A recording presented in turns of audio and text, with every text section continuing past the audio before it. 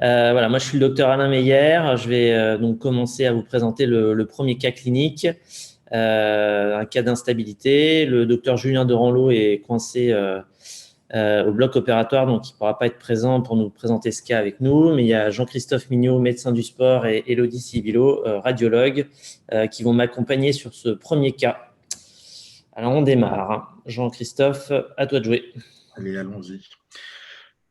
Donc, c'est un homme de 28 ans avec un tableau de luxation antérieure de l'épaule droite récidivante. Il est droitier, donc c'est le membre dominant. Il a eu sa première luxation à l'âge de 20 ans, pour laquelle on n'a pas les éléments de traitement précis. Il a fait des récidives sous forme de subluxation, environ 4 par an. Et son motif de consultation, c'est une nouvelle luxation vraie il y a 15 jours, qui a nécessité une réduction sous anesthésie générale aux urgences suite à un accident de VTT. Donc, quel est l'élément clinique le plus important dans le cadre de cette nouvelle luxation que vous devez rechercher? A, une atteinte neurologique du nerf radial. B, une atteinte neurologique du nerf axillaire. C, une appréhension antérieure. D, un testing de la coiffe. E, une hyperlaxité constitutionnelle. Voilà, vous avez 10 secondes pour répondre. Alors, excellent. Vous avez répondu en majorité une atteinte neurologique du nerf axillaire. C'est tout à fait ça. Alors, ce nerf axillaire, qu'on appelle aussi nerf circonflexe, c'est un nerf qui est mixte, sensitif et moteur. Il est sensitif du V deltoïdien. Il est moteur pour le deltoïde et pour le ptyron. Donc, c'est essentiellement le nerf de l'abduction et un petit peu de la rotation externe. Il naît de C5, C6 du tronc secondaire postérieur du plexus brachial avec le nerf radial. Il naît dans la fosse axillaire, un petit peu en arrière du petit pectoral. C'est un nerf qui est très court, qui part en arrière, qui va cravater le col chirurgical de l'humérus. Et donc, il faut vraiment chercher cette atteinte. Elle est importante à chercher.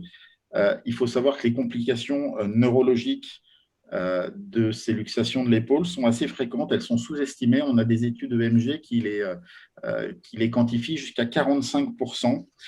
Souvent, elles sont infracliniques. Tous les nerfs peuvent être atteints, c'est-à-dire que le nerf axillaire est le plus souvent atteint. Le nerf du suscapulaire peut l'être aussi. Ensuite, le nerf radial, le musculocutané, et on a parfois quelques atteintes du nerf ulnaire. Il faut toujours suivre quand il y a une atteinte et qu'elle est nette. Il faut toujours suivre une récupération. Le pronostic n'est pas très bon quand il n'y a pas de récupération rapide. Si on a une atteinte neurologique sévère d'emblée, il ne faut pas hésiter à envisager un électromyogramme rapidement et une IRM pour faire l'état du plexus. C'est important de le notifier dans le dossier tout de suite, l'état du nerf axillaire. Bon, très bien. Bien sûr. Alors, la majorité a répondu favorablement. Ouais, juste une dernière chose. Là, on est avec un patient qui a moins de la trentaine. On parlait du testing de coiffe. Au-dessus de 40 ans, on est jusqu'à 35% des atteintes de coiffe des rotateurs dans les luxations d'épaule, en particulier le sus-épineux. Et au-dessus de 60 ans, on est jusqu'à 80%. Donc, dans ces âges-là, quand on a un doute clinique, ne pas hésiter à demander une IRM pour voir l'état de la coiffe. Alors, le patient n'a pas de signes neurologiques. Il présente des signes cliniques en faveur d'une instabilité antérieure chronique. Quels sont-ils? Une rupture clinique du sus-épineux avec un test de Job positif, une raideur en rotation externe passive et active, une appréhension antérieure en position de l'armée, ou une douleur à la palpation antérieure de l'épaule, ou un relocation test positif. Donc voilà, encore une fois, vous avez 10 secondes pour répondre.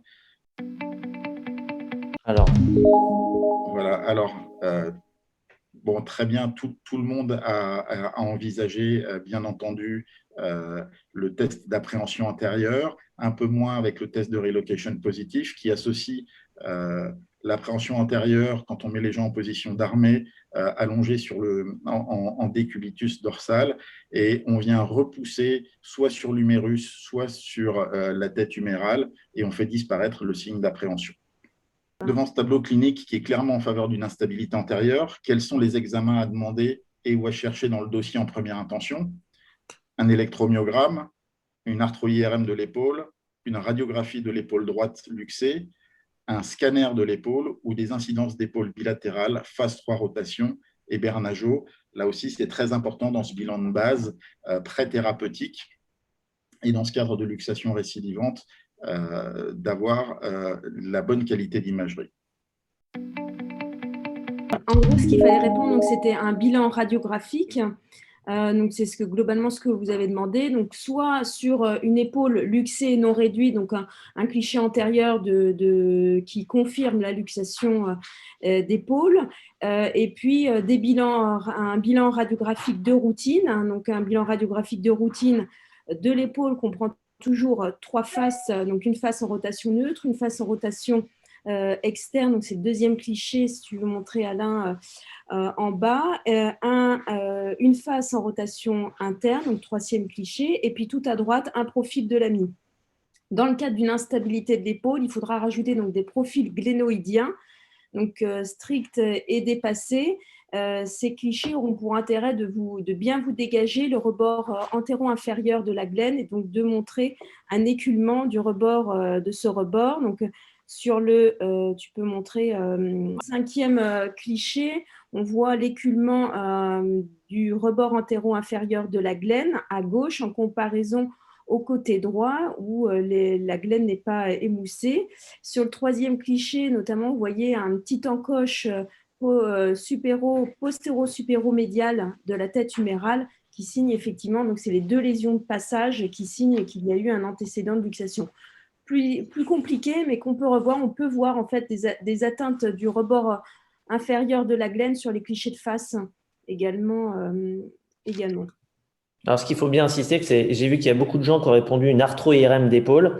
Alors, ça peut être un très bon examen, mais c'est pas un examen de première intention, hein. Dans le cadre d'un patient qui se luxe l'épaule, l'important est de savoir dans quel sens il se luxe l'épaule. Et déjà, rien qu'avec des radios, notamment une radio luxée ou des éléments radiologiques qui montrent des lésions de passage, ça suffit pour faire le bilan diagnostique et même en vue d'une thérapeutique. On n'est pas obligé de passer chez quelqu'un de jeune tout de suite sur l'arthroscanner ou l'arthro-IRM. C'est pas obligatoire. Je ne sais pas ce que tu en penses, Elodie, mais un bon bilan radio qui montre des choses peut suffire. Oui, tout à fait. Des clichés bien faits, on a globalement toutes les lésions de passage qui sont visibles. Après, si on veut une étude plus fine du labrum, effectivement, une injection intra-articulaire, que ce soit en arthroscanner ou en arthro-IRM, permettra d'affiner les lésions, notamment cartilagineuses et surtout laborales. Surtout si on n'a pas de lésions osseuses visibles à la radio. C'est vrai que là, ça peut nous aider. Oui, dans les bancards fibreux. Ouais. Alors, question 4. Donc, dans le dossier, on retrouve donc une radio, donc celle à gauche, et puis un scanner. Donc, voici les questions. Petit a, il s'agit d'une luxation postérieure. Petit b, il s'agit d'une luxation antérieure. Petit c, il existe une encoche antérieure humérale de Hill-Sachs ou, pour les francophones, de Malgaigne. Petit d, un décollement cortico-périosté antéro-inférieur de la glène. Donc, en gros, est-ce que vous voyez une atteinte antéro-inférieure de la glène? Et petit e, une fracture associée du processus coracoïde. Donc, alors, c'est Alain qui a fait les questions, donc il est particulièrement pervers. Pour la question C, effectivement, c'est vrai. Il y a une encoche humérale de Hill-Sachs, Malgaigne, mais elle n'est pas antérieure, elle est postéro-supéromédiale. Donc, c'est pour ça qu'il ne fallait pas choisir cet item-là.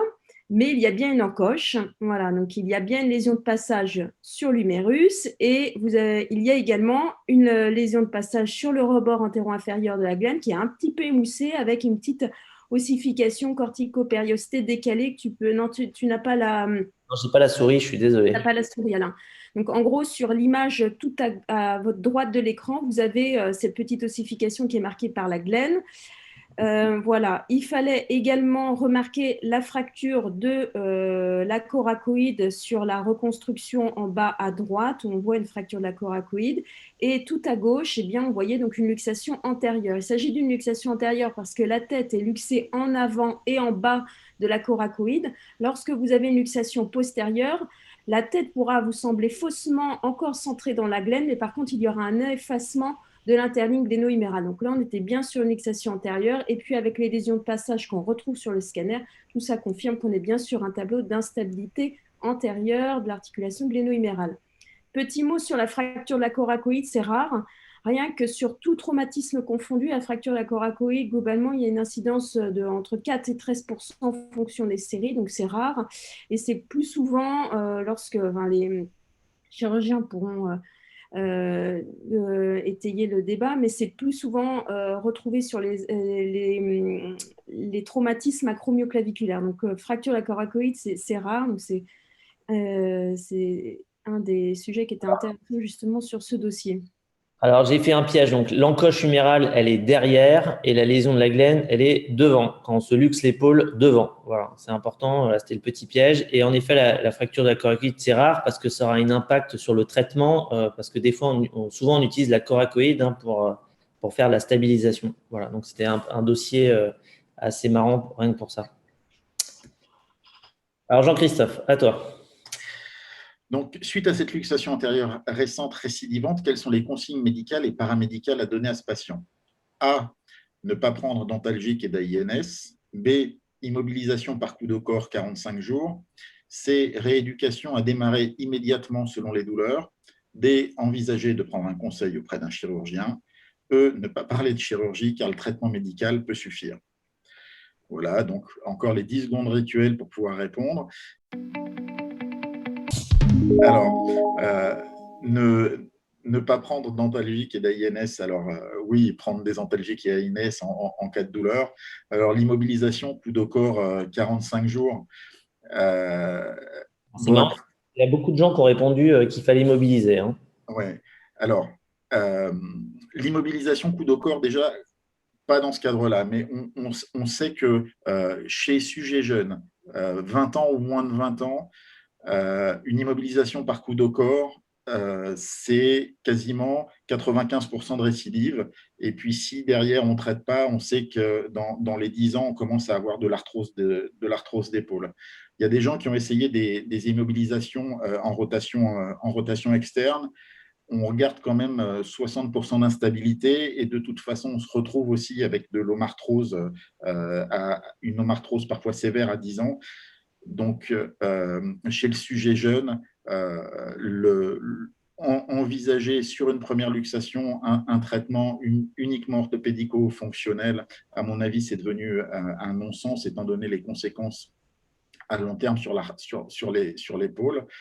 Donc, voilà. Et vous avez ensuite parlé d'entamer la rééducation. Oui, c'est important pour conserver les mobilités articulaires et puis l'atrophicité musculaire et surtout envisager dans ce cadre-là, de ce cas clinique, de prendre un conseil auprès d'un chirurgien. De toute façon, comme on vous l'a expliqué, on a les lésions de passage. Dès que l'épaule va se retrouver en position de luxation, ces lésions de passage, en fait, elles agissent comme un rail et vous mettent sur la voie de la luxation. C'est-à-dire que dès que vous serez en position de RE2, le patient risque de se luxer et en dehors d'une stabilisation chirurgicale, il n'y a aucun traitement de rééducation qui pourra empêcher la luxation dans ce cas précis. Alors, j'insiste bien, là, c'est un jeune qui se luxe plusieurs fois, qui a toutes les chances de se reluxer. Donc, l'immobilisation, hormis antalgique, elle doit être la plus courte possible. Et au contraire, si on doit l'opérer, on veut opérer une épaule souple et plutôt bien, musculairement bien. Donc, il faut le rééduquer tout de suite. Hein. Donc, au contraire, l'immobilisation prolongée, elle va être délétère dans ce cas-là. OK ? Alors, question 6, le patient se fait opérer donc quelques mois après par une butée coracoïdienne selon la technique de Latarjet. Quelles sont les informations vraies concernant cette technique? Donc, elle est A, indiquée en cas de lésion osseuse de passage, B, indiquée à partir de la 4e luxation vraie, C, nécessite une hospitalisation de 2 à 3 jours, D, nécessite 45 jours d'immobilisation, E, crée une retention du sous-scapulaire. La majorité, alors c'est indiqué en cas de lésion osseuse de passage. En effet, dès qu'on a des lésions de passage, on vous a vu qu'elles pouvaient être importantes au niveau des encoches de l'humérus ou au niveau de la glène.